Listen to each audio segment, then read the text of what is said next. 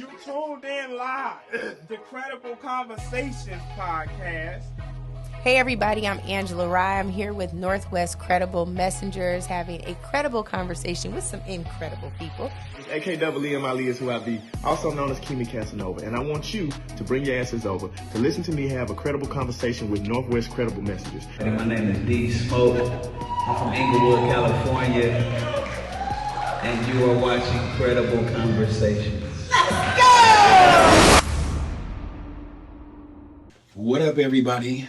This is Dr. J, and we're back here with Credible Conversations, community podcast where we are having behavioral health conversations, just trying to normalize the conversation for people in need. Today we got a phenomenal guest, the director for the Office of Civil Rights in the city of Seattle, super community famous, Seattle superstar, Derrick Wheeler-Smith. Let's clap it up. Hey! Got my team here. You guys want to intro real quick? Man, I'm Luther Leonard, lead credible messenger. Kalia Williams O'Neill. I'm just here. Operations. I'm just here. Operations extra. So she don't get fined. Huh? Listen. I have to find you for that one. So just getting going, man. We just want to jump into the conversation. Just tell us a little bit about you, D. A little bit about me, man. Man, I'm a native son to the Seattle area, man. Born and raised. Pretty much lived all my life here outside of a little time in Houston, and lived in Eugene for 3 years. My wife took a job coaching the women's basketball at University of Oregon, and so lived in Eugene for 3 years. That was that's another conversation, But yeah, man, native son to the area. I was born in the Central District, raised in the South End. Hey. And how does that? This guy like an internal conflict. Not really, because technically it all started in the Central District, and then you know what I mean. Like black folks started migrating south, so that's where our roots are. Our roots are in the Central District, so that's really the history. But yeah, man, born, bred, and buttered, man, in Seattle, and I love my city, and come from a big family, rooted in like education and social justice is big in my family. So certainly that inspired me. Got off the beaten path like a lot of us do, but man, I'm grateful to be where I'm at. Grateful for all the experiences that I've had that have shaped me into who I am, today. So I wouldn't change any of it. Come on, that's what's up. It's good to hear a little bit about you, the story, background. Talking lights a little bit more. It's good to hear a little bit about the background, you know what I mean? Native son, education, right, in your history. How did that play into your career and what you're doing now? Man, interestingly, man, I've always been somebody who I just love understanding the why and what makes things go, And so I've always just been an avid reader and a studier, just kind of from that standpoint. Formal education, man, I found myself kind of growing up, you grow up in these systems, man. I was, like a lot of black boys, I struggled, man. I remember Asa Mercer, man, I had like a 0.88 grade point average, not even a 1 point, you know what I'm saying? And I'm thinking about just different stories. I remember, during the crack cocaine epidemic, they call it the war on drugs, but it was the war on black people. Ooh-wee. And I remember my parents kind of tripping out because, you're just watching the community just go south fast. All my friends are getting in trouble. You got cats coming up here for the drug trade from LA. And so there starts being this influx of, gangs from LA. Man, I remember a bunch of cats literally moving across the street, man, with Elcos on Yenas. I'm only in fourth grade, bro. You know what I'm saying? Third grade. Yeah, so I'm tripping Elcos, bullet holes in it, California license plates. They out in the front yard. I remember I had on the little cherry shoes. What's up? What you got all that dead on for, little cuz? I was like, I don't even know what they're talking about, but I think he wants my shoes. And not that there wasn't gangs, but it wasn't like Crips and Bloods back then, right? It was a lot of OSC, old school crew, JUN. There was gangs around, but in the middle of that, man, my parents were like, man, we got to get out of here. So we went over to, I lived in Kirkland for a year. That's one of the roughest years ever, man. I was the only black boy in my class, one or two black boys in the entire school. Damn. But I'll never forget, man, I had a teacher. She's going around the room, and a white woman, fourth grade. I still remember her name. And she was like, you, Timmy, you're just the way that you're so persuasive and you put words together really well. I can see you going on to be a lawyer. And you, Sarah, your leadership right. And she's just going through the room and she's just speaking life right into all of my classmates. And she got to me and she paused and then she kept going and went to the next person. God damn. Yeah.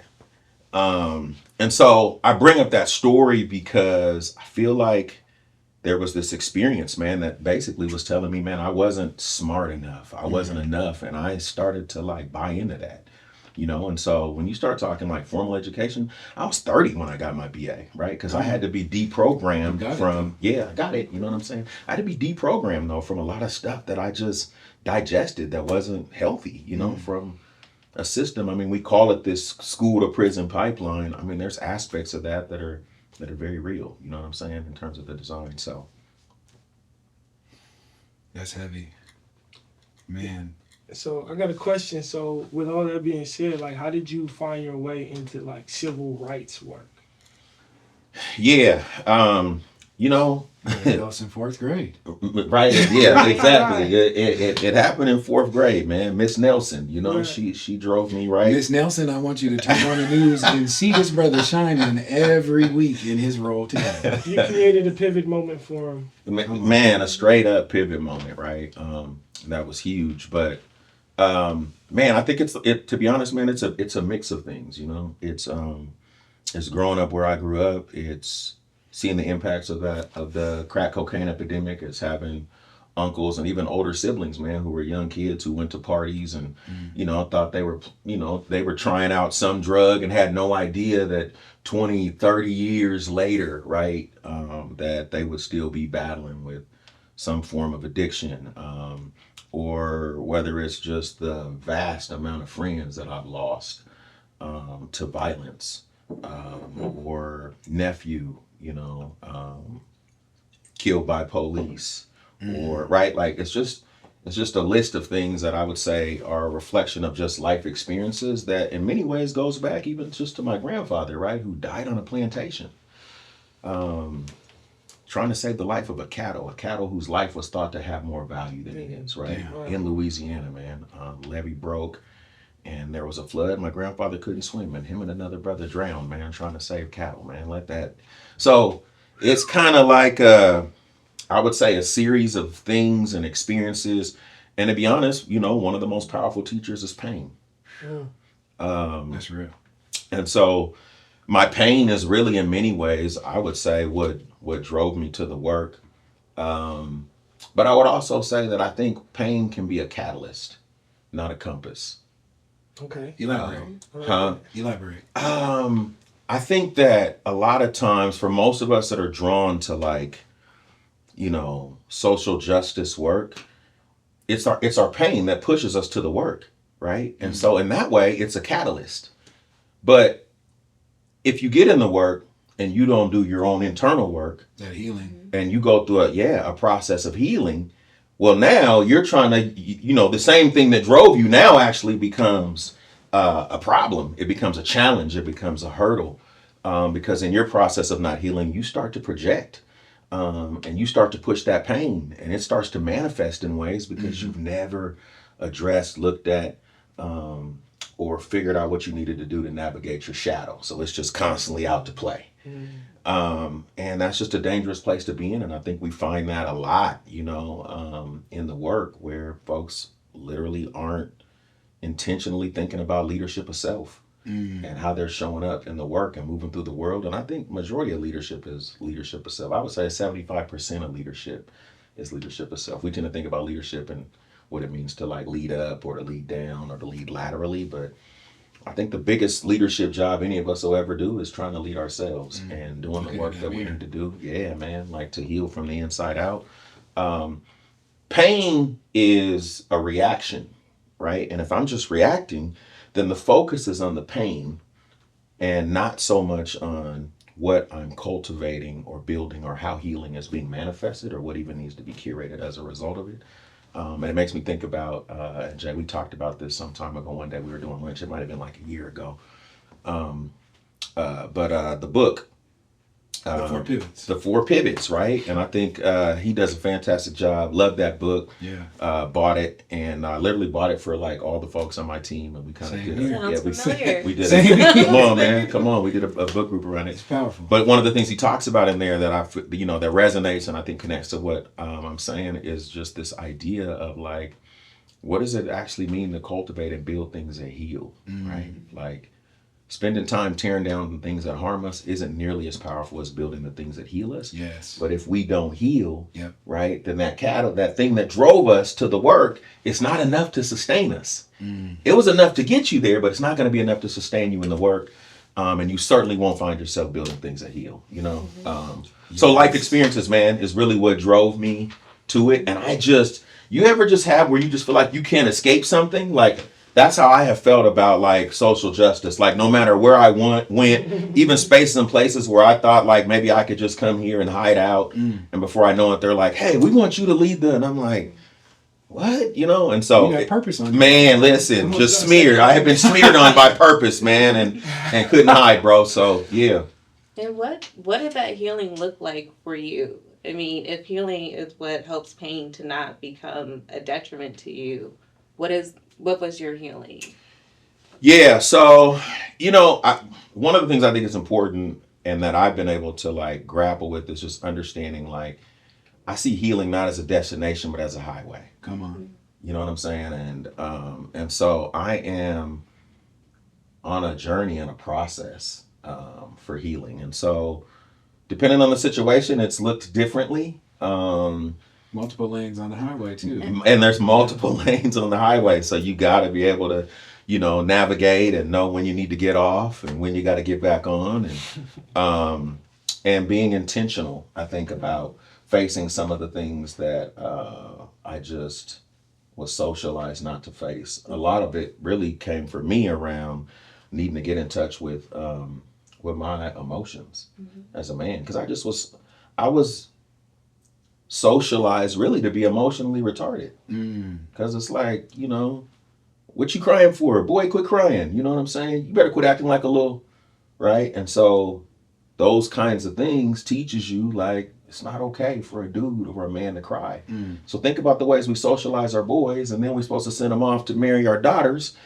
And as soon as something happens that we don't understand, we become emotionally hijacked. There you go. Yeah. And we become emotionally hijacked because it's like, for most of us, we only display two emotions. We go from lust to anger. And there's nothing in between, right? Those two things. And so, so it became a journey really of getting in touch, right? Like with myself, with my original medicine and some of the things that have been taken and stolen. And it has been literally a process of just restoring those things and being able to find peace, finding healing in relationships. Had a broken relationship, with my dad that we had begun to repair at the age of 13. And I still had a lot to heal from with that. And so I think it's facing with whatever comes up and not running from it, or sticking my head in the sand or pretending like it's not a thing. And therapy has been huge. Shout out to therapy, because For me. that's one of the things that was huge for me too. So it's good to hear other brothers say like, they invest in their wellness in that way, Yeah. Having somebody outside of the family and your trusted people to just communicate with and get that stuff off your chest. Yeah. There's so many forms of therapy, man. I remember in 2012, Cleo and Matt and you in the Cleveland gym, CrossFit classes. Wow. Yeah. You know what I mean? It's different forms of healing. Yeah. How do you take the practices that you use, right, like CrossFit and just different, mental practices into the work that you do? Because you talked about the highway, and I look at those multiple lanes. Like, you might be in the HOV lane at one point in time. Healing is communal. Yeah. What do you do to spread that around in your work? Yeah. I think the first thing, honestly, is just trying to like model it. You got to show transformation for Yeah, people to believe in your absolutely, transformation. right? Absolutely. I think it lands in a much more authentic way. And I think it's just hard to impart something that like you haven't embodied. And some things are taught and other things are caught, right? And it's caught because, again, you're embodying it in such a way that the people that are around you are experiencing it. And then once you start to talk about it, you're giving language to something that they've already bore witness to, right? Because they've just kind of seen it manifest or play out. And so really a multiplicity of ways, man. I remember back during 2020, during the protests, I was working at the county then. And I distinctly remember organizing a march, working during the day, organizing this march at night. Yeah, that was huge. Yeah, that was crazy because we literally organized that march in like 3-4 days. Shout out to all the Black women that we organized who put in fantastic work. Hey, and I gotta give love, man, because so often, even in history, we've seen where, I mean, the Montgomery bus boycott, right? MLK and other cats get a lot of credit for work that a whole lot of women organize, and so I want to pay homage and give love where it's due. But yeah, man, I had a cousin that sent me. So what ended up happening is I had an anxiety attack. I didn't know what was going on though. I was just like, my wife's like, well, I'm gonna call 911. I'm like, no, hold on. She thought you were having a heart attack. Yeah. Hey, I did too. I was like, is this the big one? I'm coming, Elizabeth. So I'm tripping, right? And it was kind of like I was having spasms. It was the strangest thing. I'd never experienced anything like it. Here's what's crazy, man. It's a trip, man, how God works. So I had a younger cousin who sent me a device. The device came the day after I had the anxiety attack. But before I talk about the device, I was talking to a friend of mine and explaining to her what I went through. And she said she had just came from her naturopath. And her naturopath told her that she had seen 5 Black people that week, all describing similar circumstances. Yeah. And so it makes me think about the book, like The Body Keeps Score. Yeah. And the impact, right, of just toxic stress. In the littlest of ways, but it's the accumulation of it, right? Yes. It's the Floyd Mayweather effect, where Floyd's not gonna knock you out with one punch, but it's that accumulation. He's just tagging you so much, that over time, man, you just break down, and all you got to do is think. But what happens, man, when like every day is like you got people who treat you as if you're not smart. You got people following you around the store. You got, you're in the line and they ain't asked for nobody else's ID with their debit card, but they want to see your ID. You know what I mean? Like, so just think about all those are like little small things, but the accumulation of those things creates toxic stress. And now we got scientific reports showing that stuff can be connected. Literally, that toxic stress can be connected to C-reactive protein, to diabetes, to high blood pressure, to all of these health issues, which certainly is what led to kind of this whole declaration of racism being a public health crisis that started in Milwaukee. And then other people kind of started moving, going, wait a minute, man. Yeah, there's something here that we're not being honest and talking about. And Black folks aren't living as long as other people. That's not an accident, right? Like, we've got to acknowledge that there are impacts, man, to our bodies from being in. They show, there's research showing like the telomeres, which is a part of the blood vessel in young African-American males growing up in urban context where they're experiencing violence and all kinds of craziness, that the telomeres in a young Black male versus that of a suburban white woman is, for a 24-year-old male, the 52-year-old white woman's telomeres is in a more healthier condition and state than an urban 24-year-old Black male. And so there's just a lot, man, that we're pretending like, there's not impacts from it. And there are impacts from it, and we gotta face it. We gotta face it. We gotta acknowledge it, and then we gotta do the work, man, to move through it, to get ourselves healthy. And I think that comes on the heels of just being able to name what it is that we're witnessing, seeing, and experiencing. Yeah, so it's so interesting that you say that too, because it's like our current administration seems to be tearing down all the options that we have to rectify that problem. Yeah. A lot of that just feels like the backlash. I like to say, man, white supremacy has a strong autocorrect, a super current. A tsunami. And it's almost like, this is on the heels of a lot of momentum and movement, right? with the Black community and other, disenfranchised and marginalized and what I would call persecuted and prevented groups in this country. And so it's almost like, hey, calm all that down. What do we need to do it looks like y'all tried to take a step forward. What do we need to do to make sure we have you take a couple of steps back? And that's so disappointing because so much of it is rooted in fear, and it's hard to watch, right? I mean, we got FBI data, man, showing that like some of the largest trending terrorist groups in this country is white evangelical America.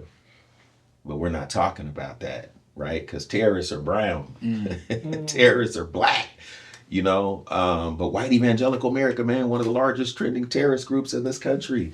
And a lot of this fear is just rooted in the fact that it's the browning of America. You know what I'm saying? That is just shaking folks up. And part of this is because maybe there's a fear that like, you're going to do to me what I did to you. And the truth is, man, we just want to live our lives, man. That's it. That's all. So what are some solutions, right, that a city could do? Because, Seattle doesn't have a super huge Black population, right? And with that, right, communication could be a little bit faster and quicker as opposed to a city with millions of Black people, right?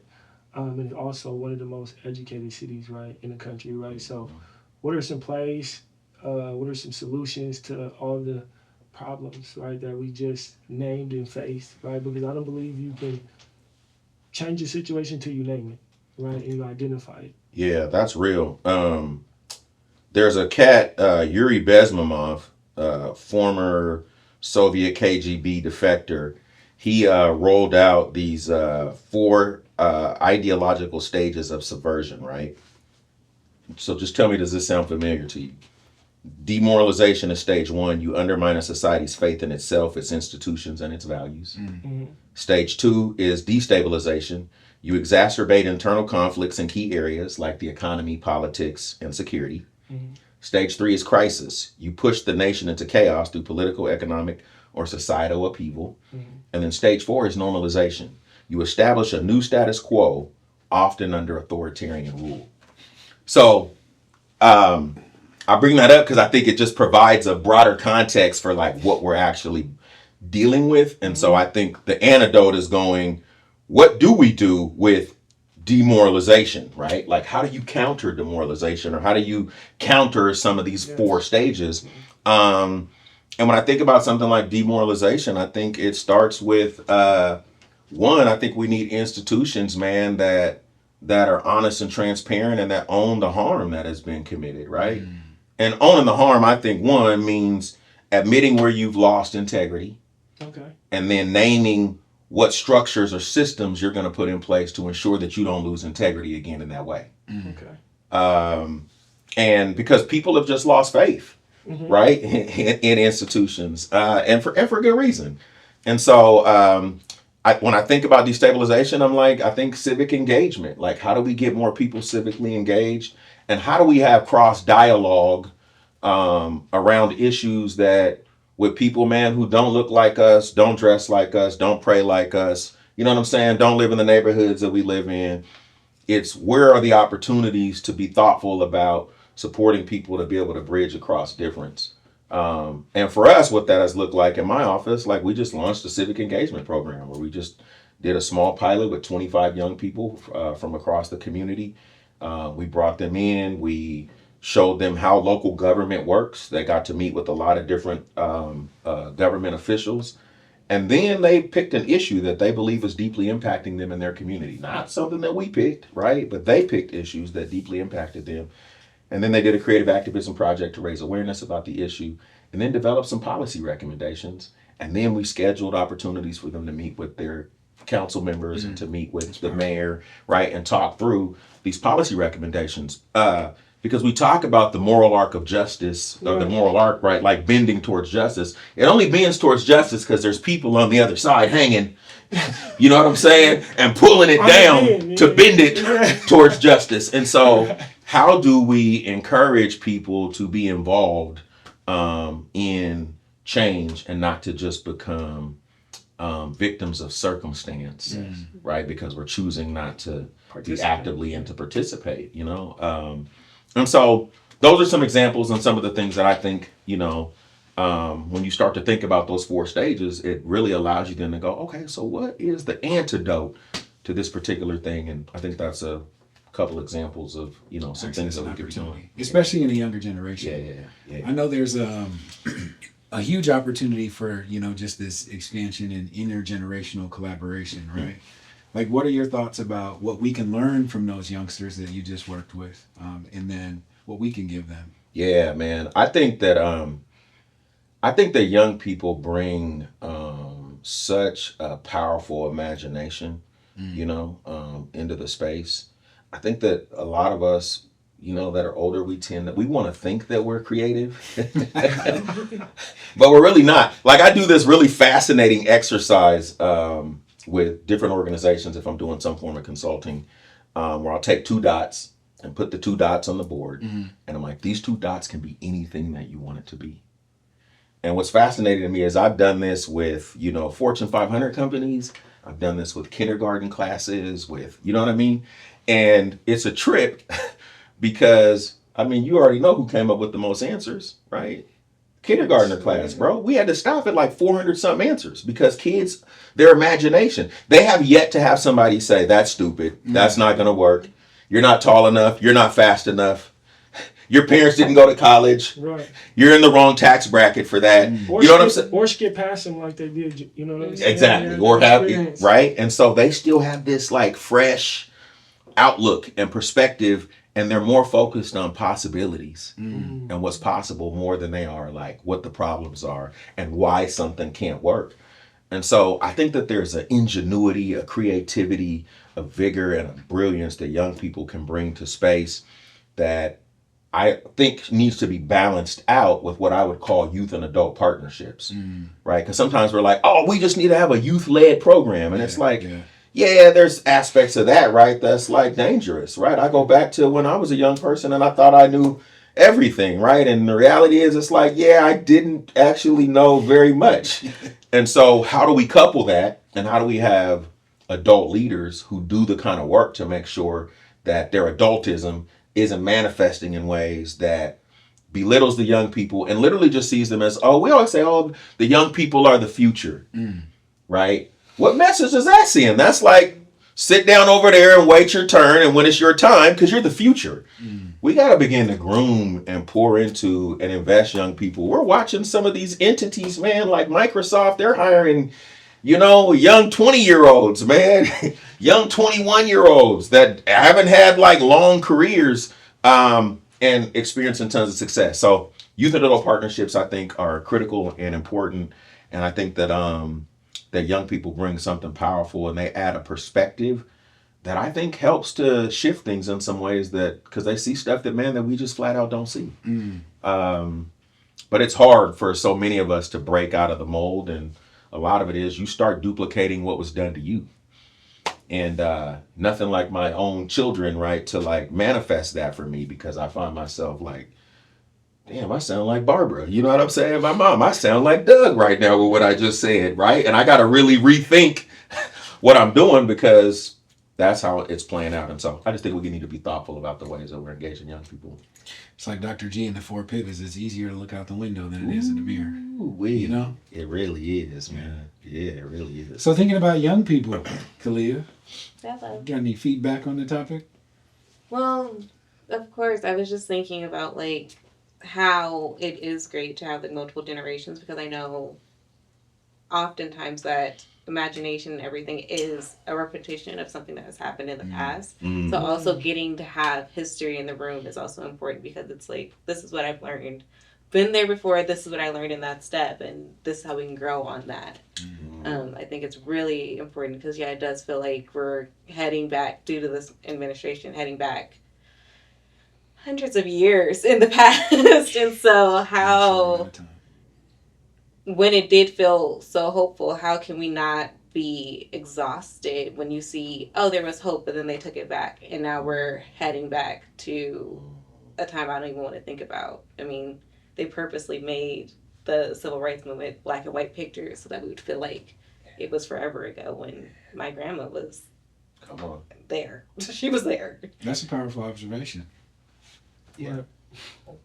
Right. The black and white photos. Yeah. Photos. I mean, come on. Cemented all in of the past. Yeah, the illusions, right? I didn't even think of that. Like, all of them passed away when I was very much cognizant. I remember when Rosa Parks passed away. I remember, like, that they make it seem like she was already gone. No, she was alive. Right. And I think that's so real. Just hope. Like, hope is an act of imagination with real world consequences. And so if you've got that imagination and you can begin to see what's possible, so many of us, I'll keep it personal, local, and immediate. I think about myself in the ways that I've been socialized, right? I'm like, the truth is, man, like, much of what we build, it comes from a deficit frame. Even just the way resources are even delegated into the community, it comes from a deficit frame. And so we've created a system where it's really like, it's denigration for dollars. In order for me to get these resources, I need to paint my community, right, through a pathological lens as incapable, inferior. You need help. Come on. And if that's the frame, right, if it's a deficit frame that we're starting from, how do we move from what I would call the current model is risk management into more equity investment? And, you know, when you start talking equity investment, there's some skin that has to be put in the game, right, by the investors who are also going to say, we got to make sure these other people get paid before we do. There's an element of, not to cut your wisdom, but there's an element of personal development that has to be had, right? When you're talking about shifting from a survival to an equity lens, right? And the mentality of our community paid $250 for St. Jordan, but $250 for a course. That can grow you, right? To position yourself to create equity, right? As opposed to wanting to hand it out and give it to you, right? So changing that lens, right? And I'm about to go on a tangent a little bit, right? But I heard you say white evangel. You say that one more time? Evangelical Groups, right? Have been some of the most racist entities in the United States of America. And if black and brown people, right, like, adopt white Jesus and Christianity, is that a deficit mind frame too, right? Like, because now we're giving our personal power over to something that has never came for us or helped us, right? What are your thoughts on that? I think it's very much connected to this conversation when I talked about, like, youth and adult partnerships. It's why there has to be a partnership, because it's like you can have this powerful imagination, but you've also got to be able to connect that to practical, grounded ways to be able to execute. And that's where, like, the wisdom comes in, because it's like, well, let me tell you how you can navigate that, because in our experience, what we've learned is that this approach yields this kind of results, right? And our kids, I think we've stopped telling the stories, man, of our history. I mean, we got young people, man, who just, they don't even know aspects of our history, like just some basic stuff you could ask them, and they're like, who? You know?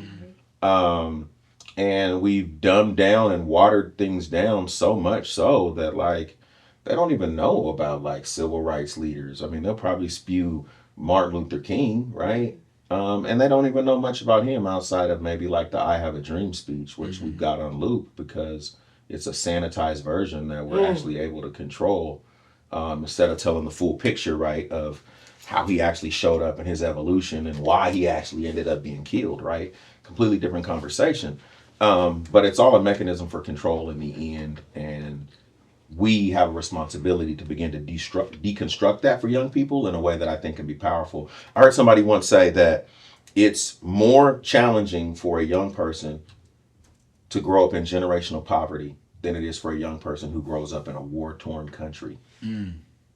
Because in a war-torn country, you got your parents and your grandparents, and they can talk about what life was like before the war. And then you can imagine what life is going to be like when this war ends, right? But for somebody who's grown up in generational poverty, life has become the enemy. There's no hope to seed. There you go. I can't see a future, so I'm going to live my life as if there isn't one. Nihilism comes in. Come on, man. And, Brian Stevenson on the walls at the Legacy Museum, right? One of the things it says is hopelessness is the enemy of justice. Ooh, hey. And so how do we infuse, right, that hope into our young people? Because it is an act of imagination that does have real life consequences. And if you believe that we're stuck, if you believe that life can't get better, if you, right? Like, despair is the idea that tomorrow's going to be just like today. Mm-hmm. So why do anything different?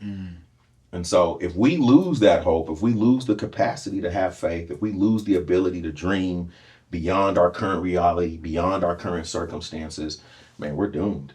And so our kids need us to give them a sense of history so that they understand who we are and what we came from and what we're capable of. It's our people who chartered and named the constellations of outer space and raised pyramids over the sandy shores of the Nile and inscribed on the inside of those tombs, know thyself, distinguish knowledge from foolishness and build for eternity. But if you don't know that, and you think that what we come from, man, is crackheads and alcoholism, and you know what I'm saying? Like, if that is who you think we actually are, then yeah, man, we're duped, and we certainly aren't going to get to a better way, right, and to a better place. So it takes a two-pronged partnership of adults who have wisdom and can connect the dots and the stories, and can infuse hope, into our young people.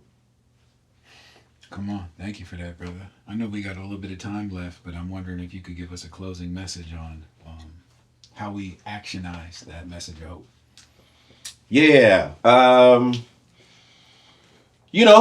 think to your point, like, I think hope is critical and important. So I certainly wouldn't want to downplay it. I think in the absence of having some form of, approach, strategy, tied to it, it certainly can create.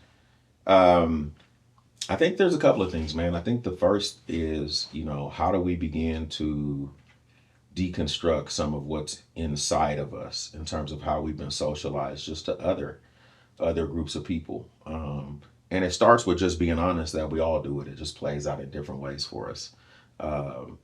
Most of us, though, who maybe experience greater forms of oppression tend to not like to lean into that and be honest about that and admit, that we other groups of people. Mm-hmm. But the truth is, right, that we do. So how do we begin to grapple with that? How do we find ways to bridge across difference? And what's the work that we need to do to build systems and structures of belonging that allows us to actually widen the circle of human concern? Because that's really what the work is, right? I mean, particularly in this country. I mean, when the founding fathers said, "We the people," they didn't include nobody at this table. And so we have an opportunity to redefine who that we the people is. And that is literally by going, how do we widen the circle, man, of human concern? And it can't just be about me. And let me be clear, when I say widen the circle, I'm like, I get it that there are some people who mean harm. And so it's like, so we just widen the circle for everybody. Well, yeah, you can be in the circle because your life has value too. Now, you might not be able to be next to me in the circle. You know what I'm saying? I'm over here. But you're in the circle, right? You're in the circle. And so, I think we need to build like systems and structures, man, that allows us to widen that circle in ways that invites other people in. And it's going to take co-creation. Right, it's going to take curiosity. It's going to take humility. We got to acknowledge that all perspectives are valid, but all perspectives are partial. So it's only through collective perspective that we can drive towards the kind of collective adaptation and the kind of collective community transformation that's possible. We got to dismantle these, heroic ideas that we have, that there's like some shero or some hero that's coming to save the day. That's a myth, man. Nobody's popping out this cloud. Matter of fact, Superman don't even come to the hood. So we gotta find ways to collectively come together, man, and build, what we want. There's got to be a greater degree of coalition building. But we're so isolated and fragmented, and in many ways, man, that benefits the folks that are in power. Because we can't even name it. Reminds me of what is that? Lord of the Rings, is it Voldemort?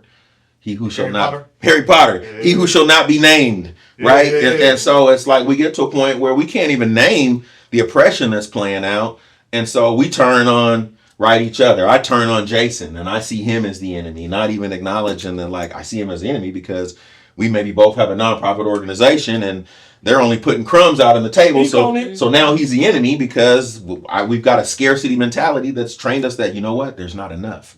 So because there's not enough, I got to fight you. That's a lie. We got to deconstruct that lie. Yeah. We live in a world that is vast and full of resources. The resources just aren't shared and distributed in a way that allows us to make sure that people's needs are met. And that's the truth, right? That's the equity he was talking about. Come on, man. It's greed. Continue to be curious and co-create collective actions. Yeah. Bars. This is a mind from the town, born and bred and buttered is what he said. Come on. Huh? Shout out to Derrick Wheeler-Smith. Thank you, brother. Man, right on. I appreciate y'all. Thanks for having me.